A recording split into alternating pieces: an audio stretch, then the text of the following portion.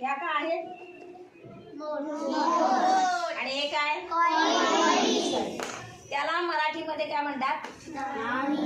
हे नाणी आणि ह्या काय आहेत? नोटा आहेत. हे कशासाठी आपण वापरतो? तर व्यवहारासाठी, आर्थिक व्यवहार करण्यासाठी आपण वापरतो नाणी आणि नोटा. तर आपण दुकानात जातो आणि आपल्याला दुकानामध्ये गेल्यानंतर पैशाचा व्यवहार, आपण वस्तू घेतो आणि त्या दुकानदाराला काय देत असतो? पैसे देत असतो. काय देत असतो? पैसे देत असतो. म्हणून आपल्याला सुरुवातीपासूनच शिकण्यासाठी नाणी आणि नोटांचा अभ्यास असतो. मग नाणी आणि नोटांचा आपल्याला आधी ओळख करायची.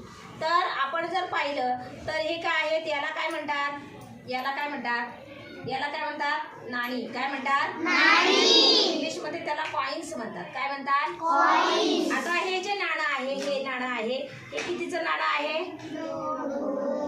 2 रुपयाचं आहे. किती रुपयाचं आहे? 2 रुपीचं नाणं आहे. आता हे कितीचं आहे बरं सांगा मला? किती आहे? 5 रुपीचं नाणं आहे. आता हे कितीचं आहे सांगा मला? 10 रुपीचं म्हणजे 10 रुपयाचं नाणं आहे. अजून कोणतं एक नाणं असतंय? किती रुपयाचं अजून असतं? 1 रुपीचं असतं. 1 रुपीचं पण आहे ते बघा. हा 1 रुपीचं नाणं आहे. अजून एक नाणं असतं. 20 रुपीचं एक नाणं असतं. 20 रुपयाचं एक नाणं असतं. ही जी नाणी आहेत ती तुम्हाला व्यवहारात वापरायची आहे. दुकानदाराकडे गेल्यानंतर ती नाण्याचा हिशोब पण तुम्हाला आला पाहिजे. आता या नोटा आहेत. ही नोट जी आहे ती कितीची आहे सांगा मला? 100. ही कितीची आहे सांगा मला? 500ची आहे. ही कितीची आहे सांगा? 50ची आहे. आता हे कितीची? 200ची आहे. आता याच्यामध्ये 50, याच्यामध्ये अजून नोटा आहेत. याच्यात 1 रुपयाची पण नोट आहे. आता 1 रुपयाची नोट नसते. पहिल्यांदा 1 रुपयाची नोट होती. आता कॉइन्सच असतात. काय असतात? नाणी असतात. आता समजा आपल्याला ह्या नोटा ओळखता आल्या, नाणी ओळखता आली आपल्याला.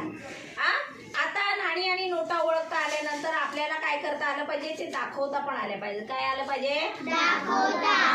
हिशोब दाखवता आला पाहिजे. आता तुम्ही सांगा मला, हे किती रुपीज आहेत? 25 म्हणजे 25 रुपये आहेत. किती आहेत? 25 रुपये. आता समजा हे 25 रुपयाचं कार्ड, मी आता माझ्या हातात एक कार्ड आहे, याच्यावर लिहिलेत 25 रुपये. आता तुम्हाला मी एकाला सांगितलं की मला 25 रुपये दाखव. 25 रुपये दाखव.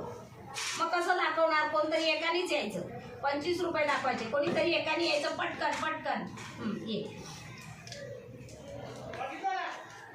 आणि अजून 5 टेन्स सगळ्यांना दाखव. 2 टेन्स and 5 coins. यांनी किती घेतलेल्या आहेत? नोटा किती घेतलेल्या आहेत? 25.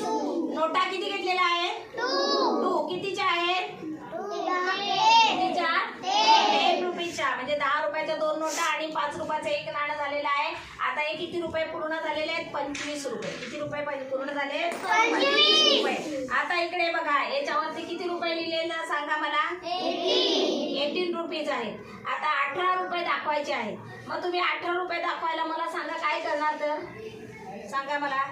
18 रुपये बोलायचं लगेचच. काय घेणार ते? 110. 110 घेतला. आता इथले घे.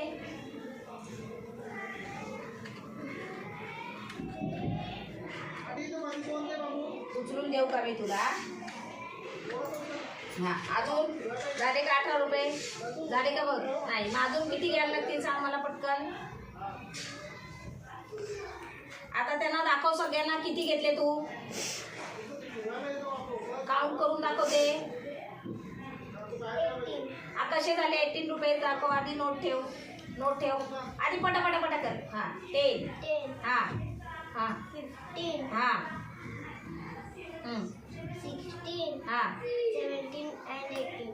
असा तुम्हाला हिशोब आला पाहिजे. कळलं का तुम्हाला? म्हणजे दुकानात गेल्यानंतर तुम्हाला असे पैसे, जसं आपण इथे घेतले कार्ड दाखवले, तर तुम्हाला दुकानात गेल्यानंतर वस्तू घेतल्यानंतर त्याचा हिशोब आपल्याला करता आला पाहिजे. पैसे देता आला पाहिजे. दुकानदाराकडून घेताना पैसे पण आपल्याला बरोबर घेता आले पाहिजे. दुकानदाराने सपोज आपण दुकानदाराला 50 रुपये दिले आणि आपण जर 30 रुपयाची वस्तू घेतली तर आपल्याला त्यांनी किती रुपये परत दिले पाहिजे? 20 रुपये म्हणजे 20 रुपये त्याला परत तुम्ही तुम्हाला त्यांनी दिले पाहिजेत. त्यांनी तुम्हाला 10 रुपये दिले तर तुम्ही घ्याल का ते पैसे? मग हे तुम्हाला कधी येणार? जेव्हा तुम्हाला तो नाणी आणि रुपयांचा हिशोब येईल तेव्हा. कळलं का तुम्हाला? आता तुम्ही फार हुशार झाले, तुम्हाला बरोबर हिशोब येतो. आता हे किती रुपये आहेत सांगा मला? 45 रुपीज आहेत ना. मला सांगायचंय 45 रुपीज मध्ये तुम्ही नोटा घ्यायच्या. तुमचा आता तोंडी सांगा मला, नोटा किती घेणार आणि नाणी किती घेणार? पटकन पटकन उत्तर पटकन द्यायचं. हा, 10च्या नोटा किती घेतल्या? 4 10च्या नोट घेतल्या आणि एक काय घेतलं? कॉईन घेतलं. कितीचं घेतलं? 5 झाले रुपीज. Very good. अशा पद्धतीने तुम्हाला हे काय झालं पाहिजे? हिशोब करता आला पाहिजे. नाणी आणि नोटा तुम्हाला ओळखता आल्या पाहिजे. छान ओळखता येतात तुम्हाला सगळ्यांना. Clap your hands.